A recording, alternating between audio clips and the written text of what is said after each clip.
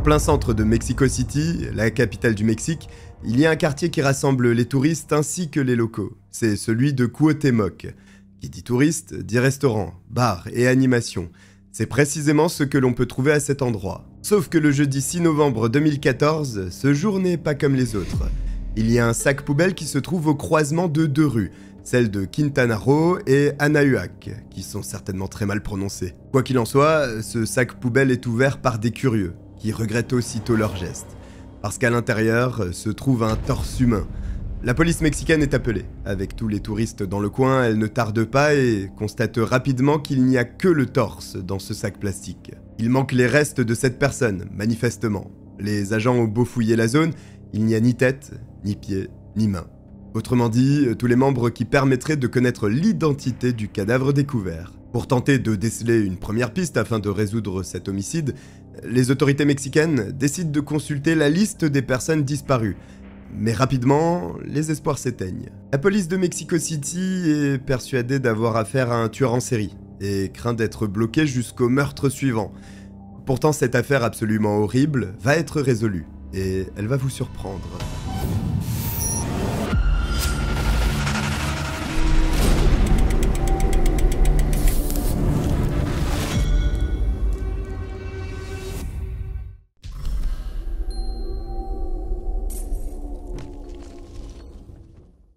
Alan Carrera Cuellar est un Mexicain de 41 ans qui réussit plutôt bien dans les affaires puisqu'il dirige plusieurs entreprises dans le bâtiment.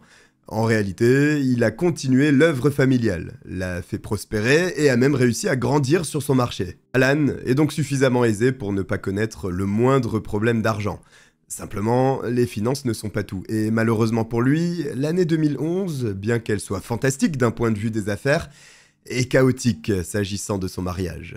Après plusieurs années d'union, voici que sa femme décide de divorcer. Ça, Alan ne l'avait pas anticipé, et cela le conduit vers une dépression sévère dont il ne parvient pas à se sortir. Il plonge alors dans l'alcool, pour essayer d'effacer son chagrin, mais en réalité, cela ne fait qu'ajouter une couche de soucis à l'homme qui reprend sa vie en main.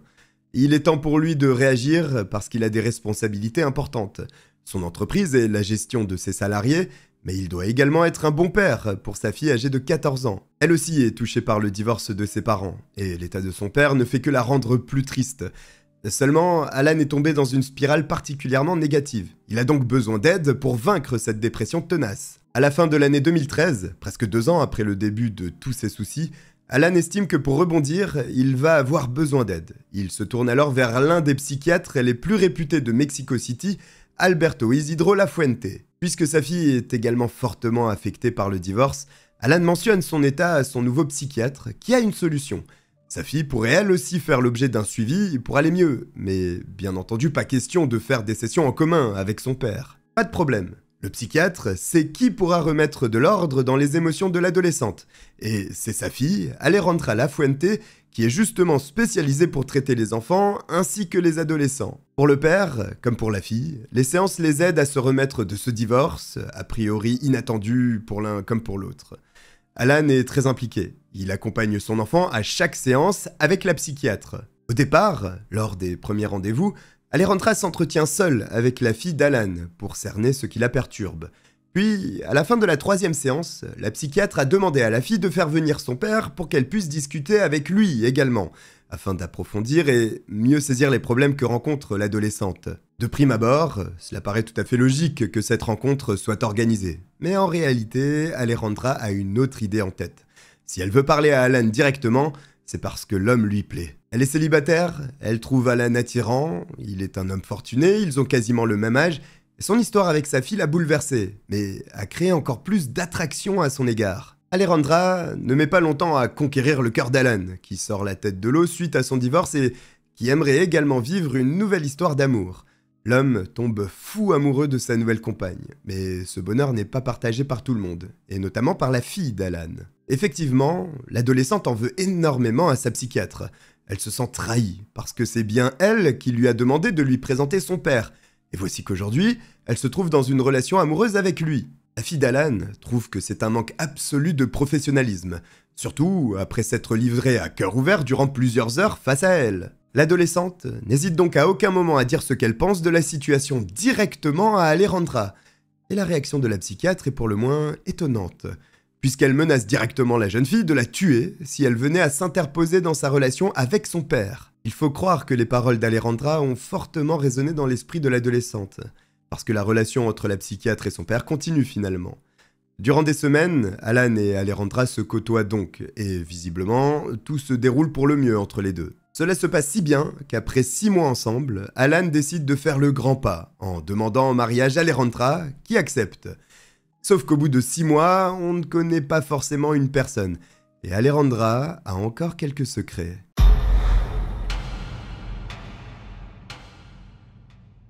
Alan Cuellar et Alejandra Lafuente s'apprêtent à se marier après 6 mois de relation qui n'aurait peut-être jamais existé si la fille d'Alan avait partagé les menaces faites par sa future belle-mère. Durant le mois d'avril 2014, Alan annonce à sa famille qu'Alejandra deviendra sa femme dans les prochains jours, puisque la cérémonie aura lieu dans 1 semaine.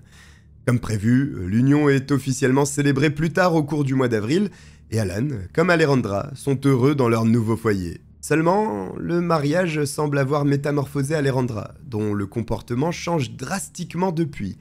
La femme est très agressive. Alan, quant à lui, répond, créant ainsi de nombreuses disputes. Au fil des semaines, ces tensions dans le couple prennent une tournure plus grave, puisque les deux en viennent aux mains.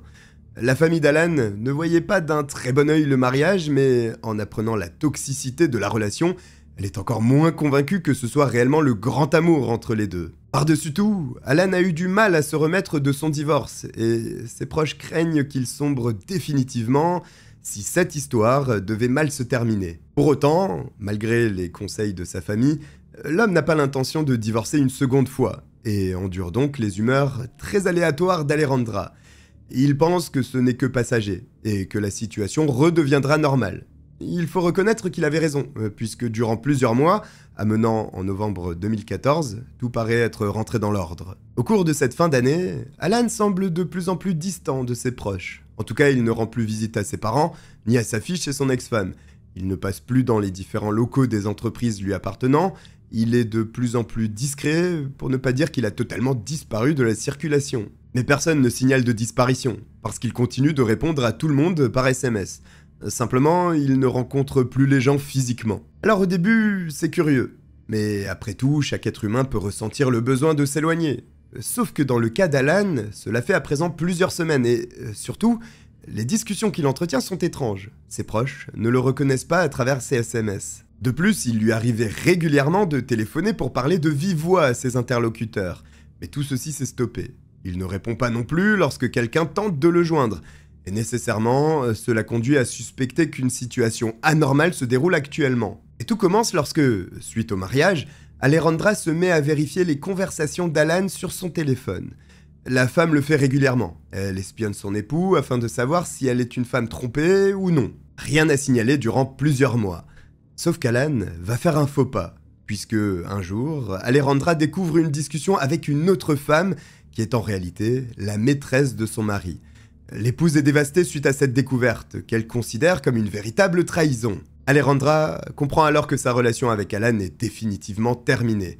Sauf que la femme ne décide pas d'engager une procédure de divorce pour se séparer de lui, ou peut-être sauver le mariage avec un conseiller conjugal, elle est beaucoup plus radicale. Et puisqu'Alan l'a trompée, elle décide de l'éliminer. Cette option offre de nombreux avantages selon elle. Étant mariée, elle récupérerait la fortune de son époux, et il payerait l'affront qu'il lui a fait en osant la rendre cocu. Désormais, il faut établir un plan, parce que pour profiter de l'argent d'Alan, il faut évidemment ne pas être arrêté par la police, auquel cas son élimination n'aura servi à rien. C'est donc sur ce plan que se penche Alejandra durant de nombreux jours, jusqu'à ce que, finalement, elle pense tenir la stratégie idéale pour commettre le crime parfait. Le mercredi 5 novembre 2014, Alejandra prépare une boisson pour Alan, qui ne suspecte rien évidemment puisque ce n'est pas un comportement inhabituel de la part de sa femme. Cependant, cette boisson contient un puissant sédatif qui a plongé le mari dans un profond sommeil. C'est alors que la femme a eu tout le temps de choisir son arme, un couteau en l'occurrence, qu'elle a planté profondément au milieu de l'abdomen d'Alan, qu'elle a ensuite tranquillement regardé mourir. Elle l'a littéralement observé en train de perdre la vie, ce qui est particulièrement sadique et un comportement que l'on peut clairement qualifier de déviant. C'est horrible, mais le pire est à venir. Alan pèse près de 100 kilos. Il est donc impossible pour Alejandra de transporter le corps de son mari pour s'en débarrasser. Et là encore, elle a tout prévu. C'est à l'aide d'une tronçonneuse que la femme démembre son conjoint. Oui, une tronçonneuse. Après avoir ôté tête, jambes, pieds, bras et mains de la dépouille, elle a placé les membres inférieurs d'Alan dans un sac poubelle. Et elle a ensuite répété l'opération pour le torse et les autres membres. Elle a découpé Alan en un maximum de morceaux pour qu'elle soit le plus à l'aise possible lors du transport, afin de ne pas éveiller les soupçons et que l'on croit qu'elle se débarrasse vraiment de détritus. Dans la nuit, elle a placé les sacs plastiques dans une valise, puis a quitté l'appartement. Il y a un gardien dans l'immeuble où elle se trouve qui voit la femme, nerveuse, avoir du mal à charger sa valise dans la voiture. L'homme se rend donc naturellement à ses côtés pour l'aider, puis comprend les difficultés de la femme lorsqu'il prend en main cette valise qui est extrêmement lourde. Il lui demande ce qu'il y a à l'intérieur et habilement, Alejandra lui indique que son père est hospitalisé et qu'elle lui apporte tout ce dont il a besoin, mais aussi ses affaires, puisqu'elle va rester à ses côtés. Évidemment, ce n'est pas vrai. La femme traverse plusieurs quartiers de Mexico City pour disperser les sacs poubelles contenant les restes humains de son mari.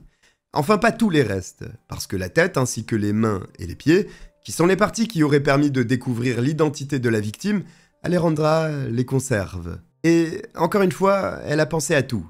Afin d'éviter l'odeur de putréfaction, une fois le processus de décomposition entamé, elle place la tête, les pieds et les mains d'Alan dans son congélateur. Pour s'assurer que personne n'entre à l'improviste dans l'appartement, au cas où son époux aurait distribué des jeux de clés à ses proches, elle fait également changer les serrures du domicile, rapidement. Ensuite, elle a fait comprendre à un maximum de personnes qu'elle partait en voyage avec son époux sans donner de date de retour. Le lendemain, le 6 novembre, la police est informée de la découverte d'un torse en plein centre de Mexico. Le même jour, dans l'après-midi, un autre sac est trouvé dans les rues de la ville, puis un autre, et ainsi de suite, jusqu'à ce que tous les sacs soient découverts. Après avoir collecté presque l'ensemble des membres, ceux-ci sont rapidement envoyés à un médecin légiste. Bien sûr, celui-ci ne peut pas dévoiler l'identité de ce corps, puisqu'il manque les membres le permettant. En revanche, il est capable d'affirmer qu'il s'agit d'une seule et même personne. Ce qui est rassurant, en quelque sorte, puisqu'il ne s'agit que d'un seul cadavre.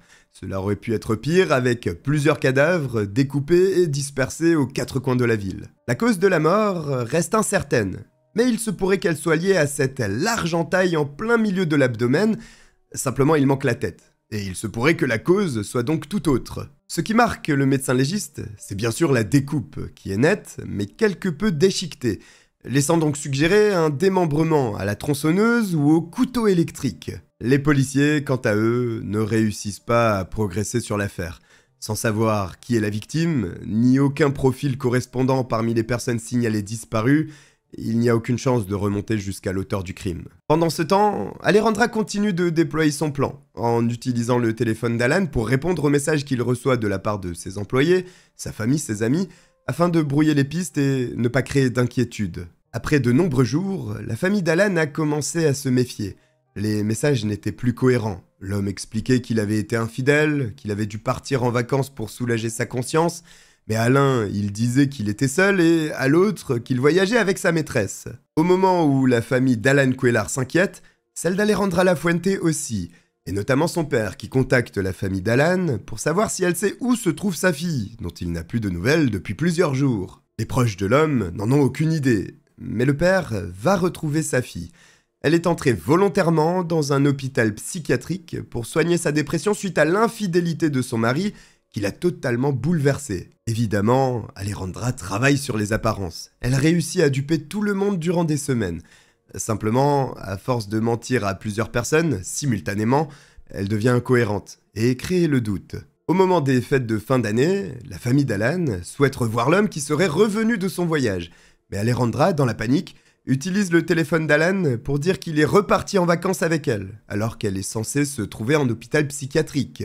C'en est trop pour la famille de l'homme qui contacte la police, signale sa disparition et précise que le comportement d'Alejandra est suspect depuis plusieurs semaines. Les policiers obtiennent donc la description de l'homme. Et rapidement, les enquêteurs commencent à faire le lien avec une autre affaire, celle des restes humains découverts dans les sacs poubelles éparpillés partout dans Mexico City. Le physique d'Alan pourrait tout à fait correspondre à la victime démembrée un mois plus tôt.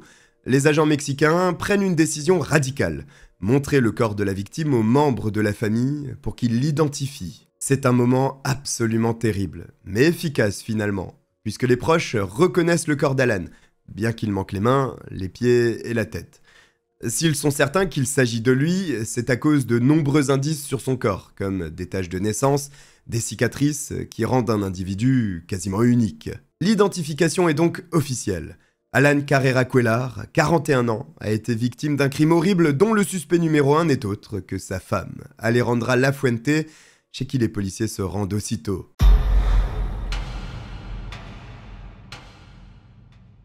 La police de Mexico City est en route pour le domicile que partageaient Alan et sa femme Alejandra. Là-bas, c'est la femme qui leur ouvre. Elle ne se trouve donc pas en hôpital psychiatrique comme elle l'a fait croire à son père. Les policiers ne sont pas arrivés les mains vides, puisqu'ils tiennent une autorisation du juge pour fouiller l'appartement du couple, en vue de collecter des indices contre la suspecte. Alejandra Lafuente devient même plus que suspecte lorsque les enquêteurs ouvrent le congélateur se trouvant dans la cuisine. À l'intérieur, ils découvrent la tête, les pieds et les mains d'Alan, tous les morceaux qui n'avaient pas été placés dans les sacs poubelles. Mais pas seulement. La tronçonneuse qui a permis le démembrement est également découverte dans le logement. Et Alejandra se trouve désormais en mauvaise posture. La police scientifique prend le relais en examinant le moindre centimètre carré du domicile. Grâce au luminol, cet agent chimique qui permet de révéler les traces de sang même après avoir été nettoyé, il découvre une forte quantité de sang dans la chambre à coucher, ainsi que dans la salle de bain. Pour les policiers, le crime s'est déroulé dans la chambre à coucher, puis le démembrement et le nettoyage dans la salle de bain. Alejandra Lafuente est placée en état d'arrestation pour le meurtre de son époux, Alan Cuellar. Pourtant, lors de ses premiers interrogatoires, la femme explique qu'elle n'a rien à voir avec le meurtre de son mari. Seulement, elle est incapable de justifier la tête dans le congélateur. Et comment elle aurait pu ignorer une telle chose ? Elle n'a pas signalé la disparition de son mari non plus, et en réalité, elle n'a même pas d'explication valable. Pire, elle est la seule personne à avoir un mobile pour ce crime. Le téléphone portable d'Alan a été découvert. L'homme a continué à envoyer des messages alors même qu'il est démontré qu'il était mort au moment des envois. Il y a donc une autre personne qui a accédé à ce téléphone, et c'est Alejandra Lafuente. Son implication ne fait plus aucun doute. Alors elle dispose bien d'une attestation d'un hôpital psychiatrique indiquant sa présence au sein de l'établissement le jour du meurtre comme alibi. Sauf que cette attestation est fausse, elle n'est donc pas un alibi du tout. Et surtout, des caméras de surveillance ont filmé la scène où Alejandra charge la valise pleine de membres d'Alan dans sa voiture, aidée par le gardien de son immeuble, dans la nuit du 5 au 6 novembre 2014. Le médecin légiste avait daté le décès de la victime à cette date, et Alejandra n'a quasiment plus aucune issue, d'autant plus qu'un témoin supplémentaire se présente, et c'est la fille d'Alan. Elle raconte aux policiers les menaces que lui avait faites la femme après qu'elle ait exprimé son mécontentement sur la relation entre son père et sa psychiatre. Coincée, Alejandra avoue le meurtre, ainsi que le démembrement, et sa tentative de brouiller les pistes en éparpillant les restes et en répondant aux messages avec le téléphone de son époux. Cependant, elle justifie le meurtre d'Alan pour sauver sa propre vie, parce qu'elle aurait été victime de violences conjugales particulièrement brutales. Évidemment, aucun élément n'appuie les dires de la femme qui est désormais démasquée et s'apprête à répondre de ses actes devant la justice. La tueuse a été arrêtée, le crime est prouvé, et pourtant, l'histoire est loin d'être terminée. Souvenez-vous, je vous ai dit que la police mexicaine suspectait l'acte d'un tueur en série quand le corps démembré a été découvert. Eh ben, il n'était pas loin de la vérité. Le passé d'Alejandra est fouillé pour le bon déroulement du procès à venir. Et Alan n'est pas le premier homme à avoir subi les foudres de cette femme. Elle a eu un premier époux, dont le nom n'a pas été dévoilé. Mais l'histoire est similaire à celle qu'elle a vécue avec Alan. Au début, tout allait bien. Mais rapidement, le mariage a commencé à se déliter, à tel point qu'un divorce a été prononcé. Au moment du divorce, Alejandra partage la garde des 2 enfants du couple avec son mari. Mais elle conserve un goût amer de cette relation, et en veut énormément à celui-ci à tel point qu'elle décide de se venger. Au tout début de l'année 2011, elle invite son ex-époux à venir lui rendre visite.